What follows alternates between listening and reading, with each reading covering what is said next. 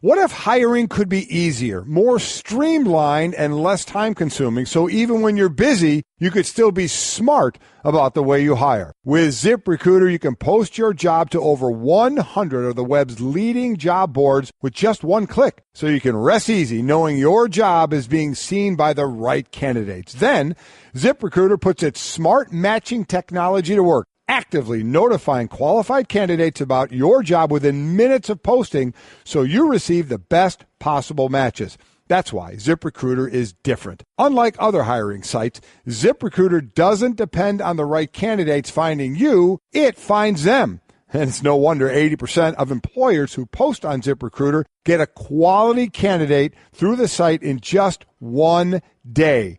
ZipRecruiter, it's the smartest way to hire. Find out today why ZipRecruiter has been used by growing businesses of all sizes and industries to find the most qualified job candidates with immediate results. And right now, my listeners can post jobs on ZipRecruiter for free. That is right, free. Just go to ZipRecruiter.com/M&M. That's ZipRecruiter.com/M&M. One more time to try it for free. Go to ZipRecruiter.com/M&M.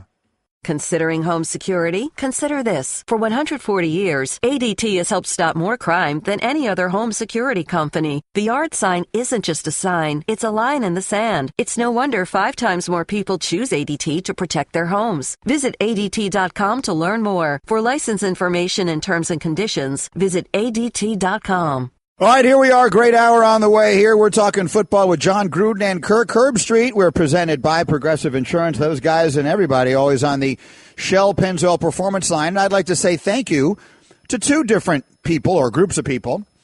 One of them is to the Chicago Bears for selecting Mitchell Trubisky ahead of Deshaun Watson. And the other is to Mike Golick for making me a bet on the outcome of that. He bet me that Watson would be the first quarterback taken. Yep. I said Trubisky would go first. I won, and so Golick today has catered breakfast for the entire staff, and I must say it is delicious. Yeah, the cafeteria did a great job. We got breakfast sandwiches, we got pancakes, we got scrambled eggs, bacon, sausage, breakfast potatoes, some pastries out there. If you're going to do it, we're going to do it right. Can't help but notice there were no egg whites out there. There is no egg whites and no fruit. Sorry. I see no fruit. I see no vegetables of any kind. The first thing, and that was the bet. Now, I enjoy doing this. I did it last year just to do it one time, but this time it was because I lost a bet. But the crew was very happy that I lost this bet. Because if you lost the bet and you were in charge of breakfast, there would have been like veggies out there. Oh, yeah. Egg white omelets. Fruit. Well, the breakfast sandwiches, for example, could have come on some sort of a grainier wrap than the toasted white bread that I toasted white bread with egg and bacon and sausage and every sloppy thing in there for it. I mean, there are a lot of other options that one can go with. Yeah. But yes, you're correct. I think that my breakfast would have received far less enthusiasm than it has received. And I'm told that you taped a nice little thing for the Mike and Mike account on Twitter that you can go on there, folks, if you want to see it. Golick sort of showing everyone the delightful breakfast buffet that we were all enjoying. All because of the Chicago Bears. Yeah, because they took Trubisky ahead of Watson. For this moment, it looks like a mistake. Look, Watson is hurt. Yeah. But only in that he was so dynamically spectacular. But that doesn't mean 5 years from now that we won't look back on it. It's exactly right. So we'll see. Anyway, we'll get to Herbie coming up in just a few minutes again with all the college football stuff. But first, do we have a song? Well, we do have a song. Okay. I'm looking over at the song. And I really don't know what to expect here. We're going to bring John in. Okay. I just see the title of it. We weren't consulted on this. This could go either way. No. This could go either way. Jon Gruden, here's the song for this morning. Jon Gruden, how do we feel about the Doors? I love Jim Morrison. I think that's a great call. That pretty much sums up some of the blocking in the NFL right now that I'm looking at. It's confusing. Well done. Okay. Look how happy Bickler is. Bickler picking the song. The look of nervousness on his face nervous as we awaited John's reaction was with $1,000. Anyway, good morning, Jon Gruden. How we doing? Hey, good. Good morning, guys. Good morning. So let's go backwards first, then work our way forward. You guys have Dolphins and Panthers this coming weekend, but you had Green Bay and Detroit this past week, and I enjoyed watching the Lions play, and I feel like every time I watch them play, I don't understand why they're only 4-4. That's such a good team. Stafford is good. They tell us about the inconsistency. Tell us, I'm sure you watched every single snap of their season leading up to this game. That looks to me like a team that should be better than 4-4, and I still think with their remaining schedule, they have an excellent chance to win that division. Give me your overall view of the Lions right now. I like the Lions, and they had a great first quarter of the season. They were out of the gate quickly. They lost 3 straight games. They lost some heartbreaking games also, Mike. The last play of the game against the Atlanta Falcons, I personally thought Golden Tate won the game. And you don't get 480 yards at home and don't turn the ball over and lose. They found a way to screw things up a little bit in the red zone against the Steelers, but they were plenty good enough to win that night on both sides of the ball. This is a good team, I think, like a lot of teams right now. At the midpoint of the season, everybody knows exactly what they have. And I think the Lions, with their schedule, are going to be in the playoffs for sure at the end of this season. So then there's the other side, the Green Bay Packers, who were the healthiest they've been in a while. That starting 5 on the O-line, I think it was only the second time they started a game. They lost Balaga with the knee injury later on in that game, so he'll be done. And we had numbers from Hundley, coach, that said, so many passes, 5 yards or less down the field, some behind the line, a big number of that. Are they in a situation where, I know he was checking down, or maybe the calls were that way, you could tell us better than we can. Is it a guy that's going to have to, the offense is going to have to throw down the field more because they don't have another part of their team that can make up for that difference? You know what, Mike? They're going to have to score. I don't care how they do it. They're going to have to score more points. Their defense is not what it was. Personnel on defense, not nearly what we're used to seeing in Green Bay. And the offense can't get the ball. If you look at time of possession in our game the other night, I'll bet Detroit had the ball almost 40 minutes. They never punted.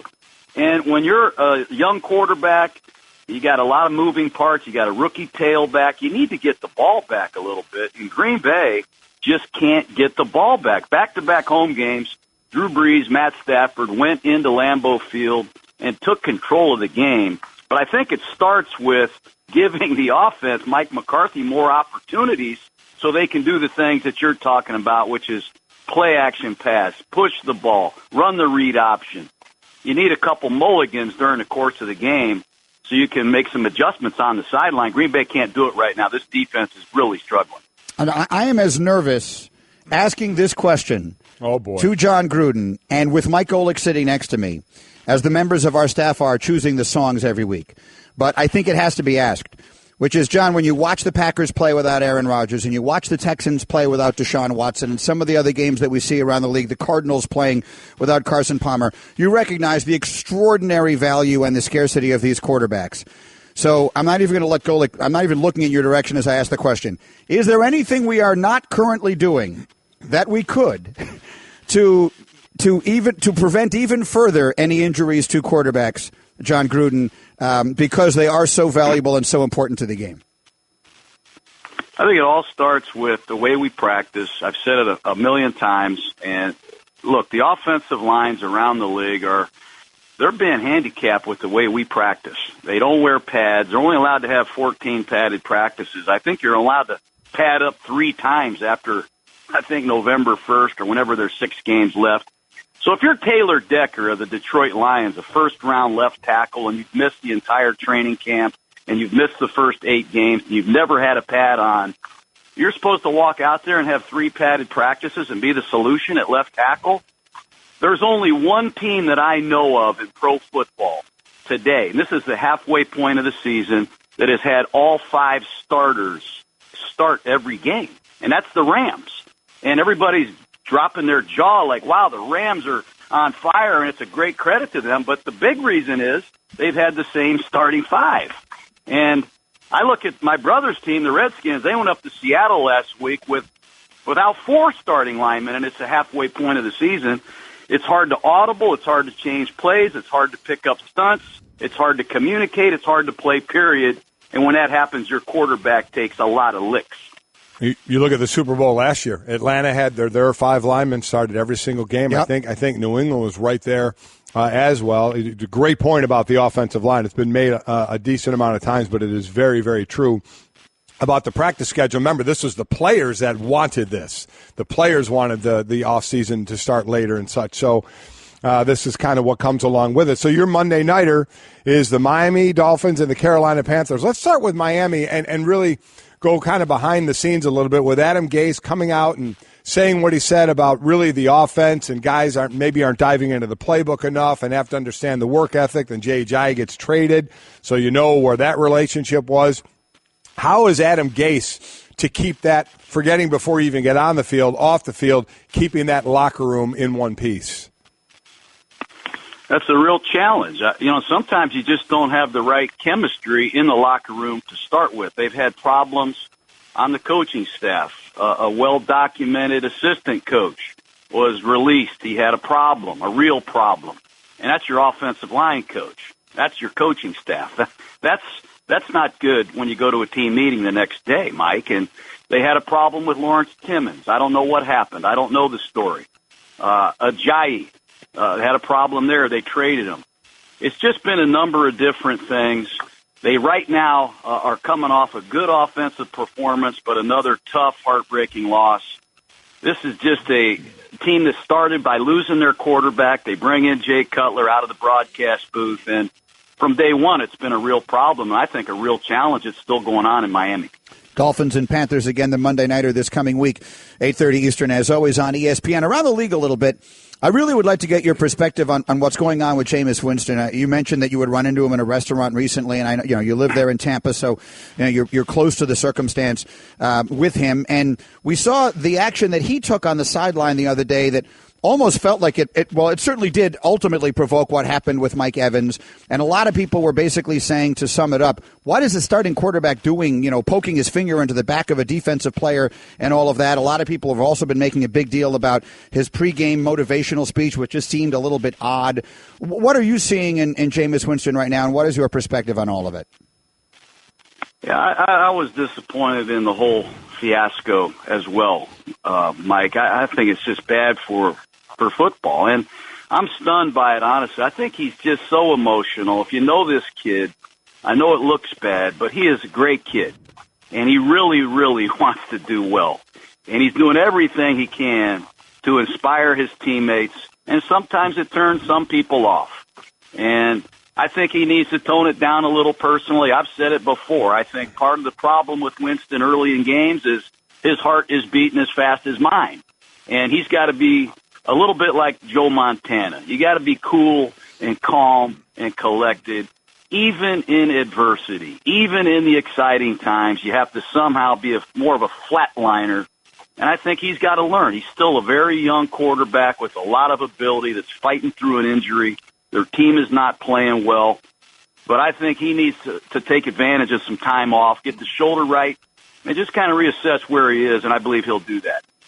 And then one more for you, John, to finish it on a positive note. You were at one time the wonder kid of the NFL, you head coach of the Raiders at an incredibly young age. You look at what Sean McVay is doing right now with the Rams. At the age of 31, he comes in there obviously with a mandate to turn Jared Goff around, and boy, has he done that. And they put up 50-plus points on the Giants this past weekend, and they seem to have a lot of really good young players. What are you seeing in the Rams right now in the coaching job their 31-year-old coach is doing? Well, he's a close friend of mine, so I get really excited and proud talking about the Rams. But it all starts at left tackle. We've talked about the offensive line earlier on this show. When you got guys that can pass protect and run block, you can do some things. And Andrew Whitworth, brought to the Rams, has made a huge difference on two teams. You look at the demise of the Bengals, he has a lot to do with that. And the uprise of the Rams, he has a lot to do with that, believe me. They have a new center that they brought in from Washington. They have the best back in football right now.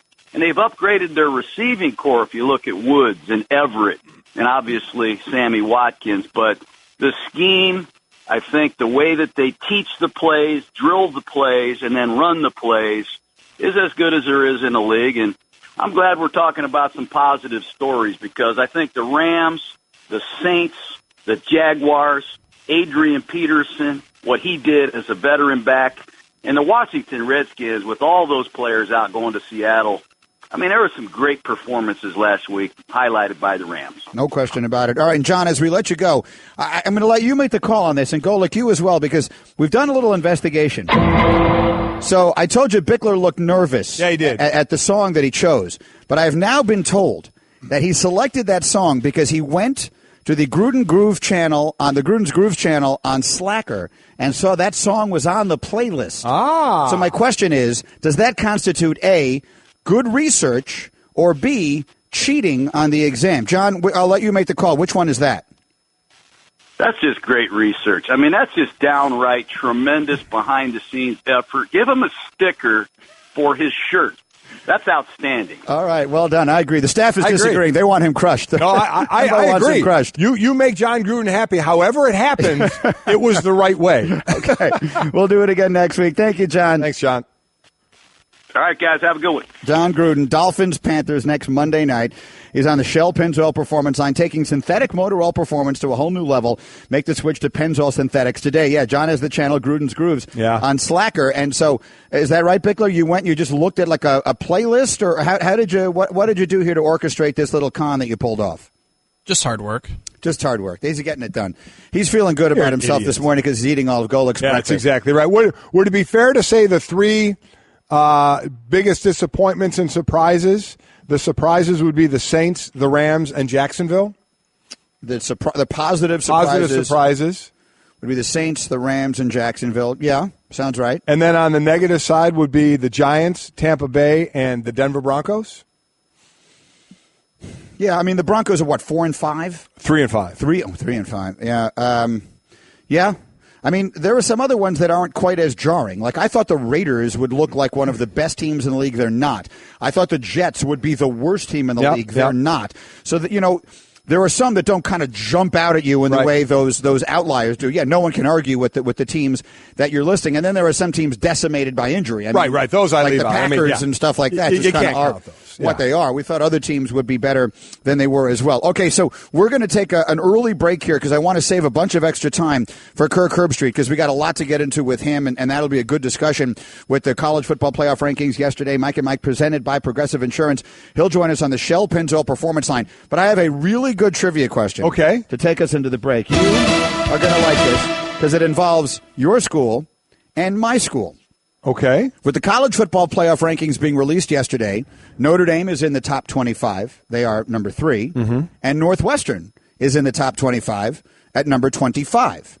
They are 2 of 5 schools. And I should just mention just a little, I'm proud of my school. It is the first time ever that Northwestern's football team and men's basketball team have both been ranked in the top 25 at the same time. Okay. You've got a vastly different history athletically than we do. I'd say. Right? Yeah. You've got, Ara Parsegian and Newt Rockne, and we have the longest losing streak in football history. Those are our respective histories. But right now, we're in pretty good shape. So your school ranked in both the football and the men's basketball poll, and so is mine, Northwestern. They are 2 of 5 schools that are currently ranked in the top 25 of both polls. Can you name the other 3? Can you name it? No Googling. Don't look this up. It's fun to think about. What are the other 3 schools that are ranked right now in both the college football playoff rankings, top 25, and the men's AP basketball poll, top 25? No Googling. Back with the answer in Kirk Herbstreit right after this word. Home isn't just a place. It's a feeling that you're safe to enjoy the things that matter most. ADT lets you take that feeling with you. Whether you're at home, your business, or online, we help keep you safe. With security systems, home automation, alarms, and surveillance. So you can feel at home wherever you are. Go to ADT.com to get that feeling for less than $1 a day. ADT. Home. Safe home. Hey everyone, Mike Golick here. Support for Mike and Mike podcast comes from our friends at Rocket Mortgage by Quicken Loans. Chances are you're confident when it comes to your work, your hobbies, your life. Rocket Mortgage gives you that same level of confidence when it comes to buying a home or refinancing your existing home loan. With Rocket Mortgage, you can apply simply and understand fully so you can mortgage confidently. To get started, go to rocketmortgage.com/Mikes. Equal housing lender, licensed in all 50 states, NMLS ConsumerAccess.org number 3030. All All right, I gave you a minute to think about it and go it's a self-serving question, I grant you, because it's the first time in our school's history that Northwestern has been ranked in the top 25 in both football and men's basketball. But we are, and so is Notre Dame. Notre Dame is number 3 in the college football playoffs and number 14 in the preseason AP men's basketball poll. 2 of 5 teams that are ranked in both. Gave you a minute to think about it. Do you have the other 3? Well, I had Michigan State. That's correct. Then Michigan State, you want the numbers? Michigan State is number 12 in football and number 2 in basketball. I was wrong in my other 2 thoughts. I had thought Wisconsin and Oklahoma. Yes, interesting. Wisconsin, always very good, but they graduated like their whole team last year in basketball. So they are not in the preseason ranked top 25, nor is Oklahoma. I don't know. So the answer is, who's your team playing this weekend in football? They're playing Miami. That's correct. So really? Miami is number 7 in football and number 13 in basketball. And then who is your arch rival that you just shellacked a couple of weeks ago? USC? Correct. USC is number 11 in the college football playoff rankings and number 10 in the AP preseason poll in men's basketball. So, again, purely self-serving. Yeah. I asked that question solely because Northwestern was part of the answer. And with that said, let's bring Kirk Herbstreit into the conversation. Obviously, it is an enormous little juncture in the college football schedule with more good games. I, at the risk of hyperbole, I can't think of a better weekend, one that will determine a lot more stuff than we have ahead of us this weekend, including at Miami for number 3 Notre Dame and number 7 Miami. Game day will be there, and then Herbie and company will have the game 8 Eastern on ABC. Good morning, Kirk Herbstreit. Good morning. How you guys doing? Doing well. We're doing great, and thanks for doing this a little early. We wanted to get a little extra time with you because obviously there's so much to get into. And so let's just start as generally as we can. As you watched these numbers be attached to all the teams last night, what to you was the most significant thing you saw coming out of last night's rankings? I was interested, I guess, because the top 4 teams all won. A few of them were challenged, but they won. I was really interested to see what happened with Miami and Wisconsin, just because they're still unbeaten. Last week they had 6 one-loss teams ahead of them. Ohio State obviously lost. Penn State lost, so they went ahead of them. And I wanted to see if Miami would be ahead of Wisconsin or Wisconsin would be ahead of Miami. That was really where just because I think if these teams continue to win, I think everybody is very intrigued to see, hey, does Wisconsin truly control its own destiny? If they win out and they win the Big Ten championship, are they just a lock? I don't think that's necessarily true at this point. And, Miami, I think, is a different story. Miami still has Notre Dame to play. If they continue to win and they're undefeated, imagine a Miami-Clemson ACC championship game. I mean, the winner of that game you would think would be in a really good spot. So that was the thing that I was interested in, just because I thought Miami and Wisconsin arguably came off their best performances of the year, and I just wondered if they might be able to get ahead of some of those other one-loss teams like TCU. I want to get back to that ACC title game in a minute, but back to Wisconsin for a moment. How much were they helped by the fact that Northwestern now jumped into the rankings and they beat Northwestern, and the fact that Iowa is in the rankings and they play Iowa this week? So how much – because I was with you. I still think an undefeated Wisconsin team, it could be interesting. They may not get in, but how much were they helped by those couple of things? It helps. I mean, think about not just the numbers, but think about how good Iowa looked this past weekend, and now, fortunately for Wisconsin, they get them this weekend. I mean, that beyond rankings. I mean, Iowa put it on Ohio State. I mean, 55-24, and everybody's looking at that Iowa team, and some people don't seem to want to ever give Iowa respect.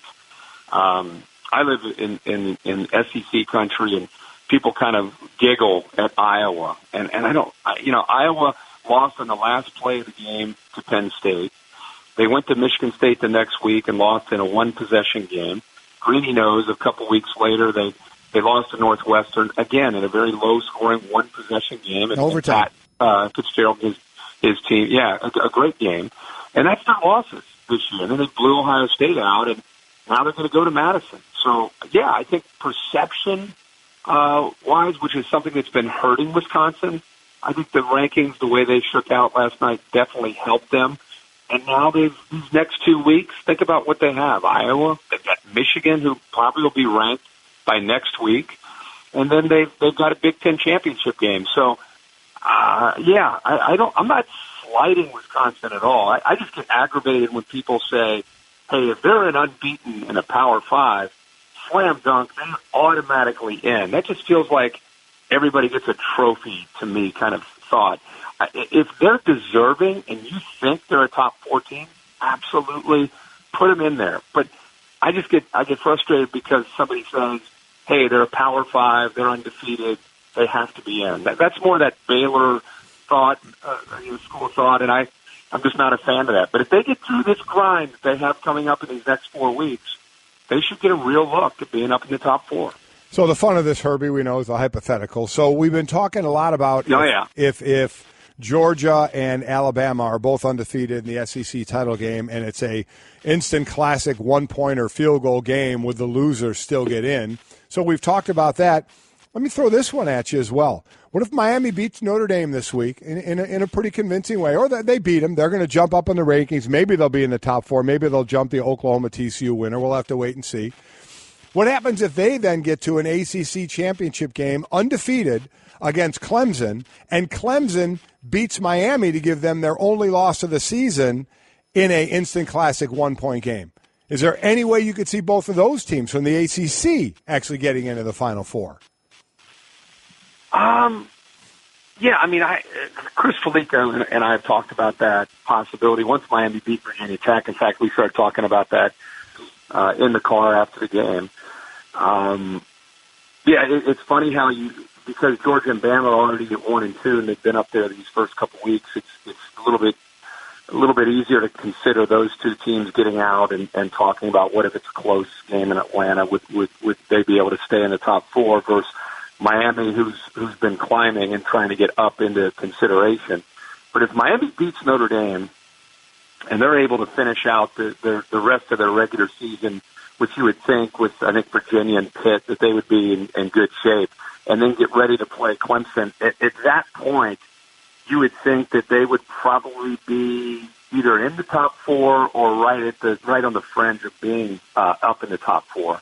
I said last night that with all the injuries that have mounted with Alabama, I think that Clemson, when the dust settles at the end of the year, I think they're the best football team out there. If their quarterback Kelly Bryant's healthy, I think they're the best team, most complete team for sure.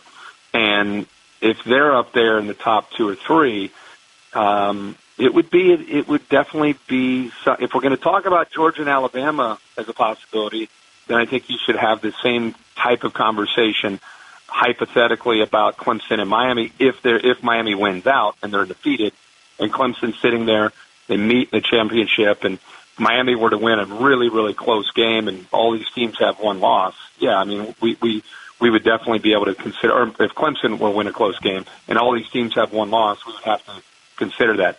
With all that being said, Mike, I still think I wouldn't be shocked if Georgia lost Saturday at Auburn. We've talked so much about the possibility of Georgia and Bama. I don't think it's going to happen. I don't think we're going to have 2 from one conference. I just want to say that now. We talk so much about hypotheticals. It's almost like I feel like we think this is going to happen. I think Georgia loses Saturday. I think there's a very good possibility that Auburn could make them have to throw when it's expected that they're throwing on 3rd and 7, 3rd and 8 on the road in a true SEC environment at Jordan-Hare. And that's the one thing we've not seen yet from Jake Fromm. If they can't run the ball and dictate when they pass, are they going to be able to get through Auburn? I think is something that a lot of us want to see. And but as I said, I don't think we'll have 2 from one conference by the time this thing's all done. Tell you what, if Auburn wins that game, they play themselves right into the conversation with the game at home against Alabama looming towards the end. Herbie with us, brought to you by Allstate. Make sure you check out the Herbstreit and Fitzsimmons podcast. This week, the guest is Miami head coach Mark Richt as they get set to welcome Notre Dame in the game of the weekend this Saturday. We'll get to that in a second. I want to ask you, though, about Oklahoma State. Because that game, I mean, it took like 6 hours to play because there's all these touchdowns and everything else. And certainly it did wonders for Baker Mayfield's Heisman candidacy. It vaulted him to the top of the Heisman race, and probably justifiably so. But if you're one of the people in that committee, Herbie, What would that game have done for your perception of the winner, considering that, yeah, the offense was unbelievable, but the defenses both looked so terrible? How would that have impacted your perception of those teams? Yeah, I'm not just personally a huge fan of these games that, are these 50-48 type of games. And history has shown us in the modern era of college football that defense still matters. Defense typically, if you go back and look at the 3 years of the playoff, almost every year, with the exception of Oklahoma, the year they got in and played Clemson, you could look at scoring defense, and you would find that all of the teams that got into the playoff are up in the top 10, top 15, and really that part of their team is a strength. I thought Oklahoma had a chance to have a really strong defense this year with the way they played early in the year, and it's turned out, and they're very quick to defend. Hey, the Big 12 is different than every other league, and I agree with that. The Big 12 offenses are very, very talented, most of them, and the quarterback play, the receivers, the scheme itself, it's tough to defend. I get that. But when you watch it, it almost looks like the 7-on-7 of the summer has creeped into the fall with guys wearing pads. It looks like 7-on-7. And so it's a combination of, I don't think they have the personnel defensively that maybe some of the other leagues have. And I also think they're trying to defend quarterbacks and schemes that most teams don't have to defend. So I'd keep that in mind if I were on the committee. And I would look at it and say, right now, Oklahoma, because of Baker Mayfield, he's kind of an X factor, whether it looks pretty or not. It's almost like you look at a team that wins 10-7 and frown upon that because they can't score. Or do we look at that and say, boy, that defense is tough. Boy, they're physical. I mean, it just depends on they're winning. And Baker Mayfield, if it's a competitive game, he's going to win. I mean, it's that simple. And now I might be proven wrong Saturday. They play TCU, but look at their games this year, with the exception of Iowa State. The Ohio State game was 13-10. Ohio State's lead with 2 minutes to go before it got out of control in the fourth quarter, and he made a few plays to turn that one around. Baylor, same thing. They got challenged. Number 6 makes big plays in that game. The Texas game, the Kansas State game, this past weekend. When the chips are on the table, he's the one guy in the country that delivers every single time. And so I'd almost give them the benefit of the doubt because of how often he comes through for them. But in general, I'm just not a fan of offenses having to outscore the other offense. I equate it to college basketball. I said last night, it's like it's Loyola Marymount. They hit the 3, they score 112 points a game, and all of a sudden they get in the tournament and they get cold. All of a sudden they can't hit those threes, and they don't have the half-court offense to work the ball around and score. And now all of a sudden they're going to get knocked out of the tournament. That's what teams that have to score 48 a game remind me of. At some point, it's that three's not hitting, and what do you have to fall back on? And that's usually where a team like that ends up getting beat. And then you guys, obviously, in Miami, for Miami Notre Dame, 3 versus 7. There are 7 ranked matchups this Saturday. This one could highlight them all. I thought the same thing. You mentioned that about Fromm, the Georgia quarterback, if they have to throw themselves into a game. I thought that about Notre Dame and Brendan Winbush, the quarterback who runs well. You see him throw well at times, but struggle throwing at times as well. That had been my concern, Herbie. If he has to throw them back into a game, that really hasn't been a test just yet for them. So just an initial kind of looking at this game, is that one of the issues you see as well, or what else? That's good. Yeah, absolutely. And Mike, from following that team that they've been able to overpower people up front, especially that left side. I've looked at a lot of film this week. The left side of that offensive line, they are incredible. And both the left guard and left tackle are going to be making a lot of money in the NFL very soon. But they've been very fortunate with Josh Adams in the running game and Brandon Wimbush creating on third down scrambles.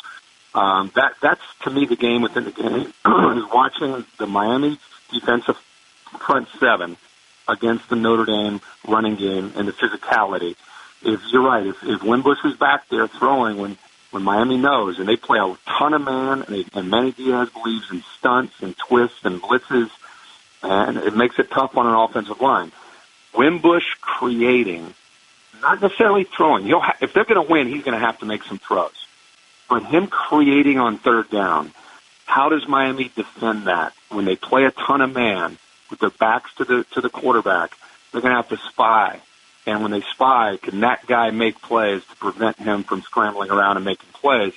But if he has to throw throughout the game on third down, because Miami is one of the best third down defenses in the nation, that'll be something that'll tell us a lot about who ends up winning this game. And should be we've been talking about it all week and watching every time I turn on ESPN, there's that 30 for 30. And I mean, it feels really good to see Notre Dame sitting there at 8-1 in the top 3. Here comes Miami with Mark Richt building this program back up. And I was there last week. The stadium was alive, and their fans are buying in and believing. And the future is incredibly bright for Miami with Mark Richt, no matter what happens Saturday. But this feels good to see two teams like this coming back to kind of relive the glory days of what it used to be. So it'll be a lot of fun. It's going to be hyped. And the atmosphere at Miami, when it's a big game, just feels different than anywhere else you go. And that magic was back last Saturday against Virginia Tech. I can only imagine what Notre Dame is going to be walking into in that stadium on Saturday night. It's going to be a lot of fun to watch, and we have everything in the world riding on it. We got to run. Herbie, thanks a million for some extra time today. Enjoy it. Again, game day is down there this weekend, and so is the broadcast Saturday night primetime on ABC. Thanks, Herbie. Thanks, Herbie. You guys are the best. Take care, guys. Hey girl, have you done something new with your scales? Using new moisturizer? Nice. It really brings out the hazel in your eyes. Oh, hold on. Are you using whitening strips too? Your fangs look good, girl. Really good. A really charming snake charmer? Surprising. What's not surprising? How much you could save by switching to Geico. Wait, what? Have you been doing Pilates too? Geico. 15 minutes could save you 15% or more. I'm telling you this, I have really loved being on with you guys. You guys have been absolutely terrific. What a dynamic duo. You've been like making great music in here. A tremendous combination. You've really been able to share opinions. You've had so much knowledge about what's happening in the sports world, and you've been a treat for so many people. If I were on ESPN right now, man, and I was on TV, I would simply say, Mike and Mike, they're awesome, baby, with a capital A. They're like the 3S man. They're super scintillating, sensational, and they're flat out solid gold PTPers, prime time performers. Hey, wish you all the luck in the world as you go in different directions, and may you have nothing but health, happiness, and success the rest of your life. Dickie V. Stock up, stock down. Wow. Dick Vitale was on this show every week for 10 years. Years. And so much fun. You can have the energy that man has. If I had incredible. it now. That's what I mean. If I right now had the energy he has now, forget about the energy he had when he was our age. Anyway, really thank you very much, Dickie V. Thanks, Dickie V. Sports Center brought to you by 1-800-Flowers. If you've spent too much time binge-watching football and you got to make up for it, 1-800-Flowers.com is the way to do it. For a limited time, 1-800-Flowers is offering up to 40% off best-selling bouquets and gifts. Go to 1-800-Flowers.com, click the radio icon, enter the code Mike. Okay, so for those who follow Vegas closely and the impact that should have on your perspective on games, I have a good little note here from Hembo. The line on Georgia-Auburn opened at Georgia -3, right? Georgia on the road, a 3-point favorite. It has since moved to 2.5, despite getting 87% of public bets. So the public is betting on Georgia, but the number is moving in the other direction. Sharps would tell you that bodes very well for Auburn because the line is moving in their favor despite the public telling you the opposite should happen. Now, it's early in the week. A lot of things can change between now and then. But these are the things that the people who know what they're doing pay attention to, and not the fans who throw $100 down in the sporting books. I'm with you. The big buildings out there are there for a reason. They get other people's money. I still like Georgia. I think Georgia and Bama will be undefeated when they meet, but it's a tough road. There's no doubt about it. For Bama, the schedule hasn't been as hard, and they've had monster injuries, especially at that linebacker position. And Auburn gets them both at home. That's certainly can be an advantage for them. but I still say those two teams, Alabama and Georgia, end up undefeated in the title game. Meantime, it's time for Straight Talk, brought to you by Straight Talk Wireless. Best phones, best networks, no contracts. For those of you who weren't with us yesterday or weren't with us through the show, we have something as fabulous as it can possibly get here, and that is the wager between Golic and Dan Le Batard. The stakes have been set, and Golic kind of got suckered into this. I think I did. But it worked out great. So the loser of the wager between Golic, the Notre Dame alum, right, and Le Batard, the Miami alum, right, has to give Stu Gatz a massage. Now, my understanding is that Dan was trying to change some of this around yesterday. No. This has nothing to do with me. He's putting me into this somehow. All that's about you getting it. You shouldn't be in it. This isn't your. This is your bet. One of your teams. Yeah, this is your wager. You're just instigating, which is something you do, and I'm fine with it. I really didn't. It came from a tweet. I just read aloud a tweet that said the loser should have to. But you've kind of pushed it along. But that's okay. I don't blame you for any of this. This isn't your fight. This isn't your gig. Yeah, it's between me and Dan. Correct. So the loser of this week's game will have to massage Stu Gatz. I can't say that without laughing. This would be 1,000 times worse than the butt photo. Oh, yeah. I agree. Why did I do this? You kind of got suckered into it, and I'm not sure how I did it, but it was ingenious. I blame my wife again. On my part. Straight Talk Wireless, nationwide coverage on America's largest and most dependable 4G LTE networks. Oklahoma's coach and more on the way. Mike and Mike.